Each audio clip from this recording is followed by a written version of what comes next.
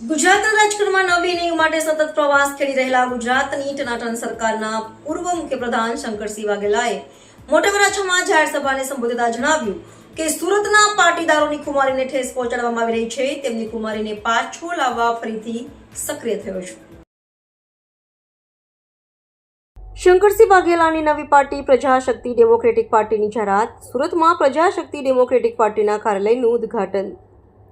મોંઘવારી સામે લડત, ગરીબ અને મધ્યમ વર્ગ માટે રાહત આપવાની જાહેરાત। ગુજરાતની રાજનીતિમાં નવો વળાંક, શંકરસિંહ વાઘેલા સક્રિય। ગુજરાતના પૂર્વ મુખ્યમંત્રી શંકરસિંહ વાઘેલાએ તેમની નવી પાર્ટી પ્રજાશક્તિ ડેમોક્રેટિક પાર્ટીની જાહેરાત કરી છે। તેમણે સુરતમાં પાર્ટીના કાર્યાલયનું ઉદ્ઘાટન કર્યું અને એક જાહેર સભાને સંબોધન કર્યું। શંકરસિંહ વાઘેલાએ જણાવ્યું કે ગુજરાતમાં શૂન્યાવકાશ સર્જાયો છે અને તેને દૂર કરવા માટે તેઓ રાજકારણમાં પાછા ફર્યા છે।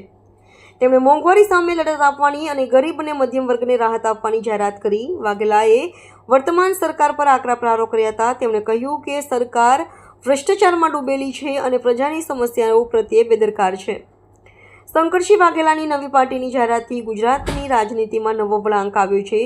રાજકીય વિશ્લેષકોનું માનવું છે કે વાઘેલાની પાર્ટી આગામી ચૂંટણીઓમાં મહત્વની ભૂમિકા ભજવી શકે છે। TV18 news, Surat.